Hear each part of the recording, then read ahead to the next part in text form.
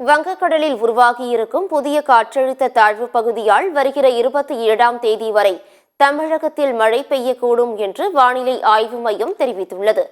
தெற்கு அந்தமான் மற்றும் அதனை ஒட்டிய பகுதிகளில் வளிமண்டல மேலடுக்கு சுழற்சி காரணமாக தென்கிழக்கு வங்கக்கடல் பகுதிகளில் காற்றழுத்த தாழ்வு பகுதி உருவானது. இந்த காற்றழுத்த தாழ்வு பகுதி மேற்கு வடமேற்கு திசையில் நகர்ந்து தெற்கு வங்கக்கடல் பகுதிகளில் இன்று காற்றழுத்த தாழ்வு மண்டலமாக வலுப்பெறக்கூடும் என கூறப்பட்டுள்ளது.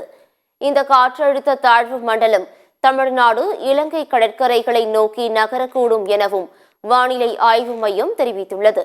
இதன் காரணமாக வருகிற 27ஆம் தேதி வரை கடலோர தமிழகத்தில் ஒரு சில இடங்களிலும், உள் தமிழகத்தில் ஓரிரு இடங்களிலும், புதுவை மற்றும் காரைக்கால் பகுதிகளிலும் லேசானது முதல் மிதமான மழை பெய்ய வாய்ப்பிருப்பதாக வானிலை ஆய்வு மையம் தெரிவித்துள்ளது.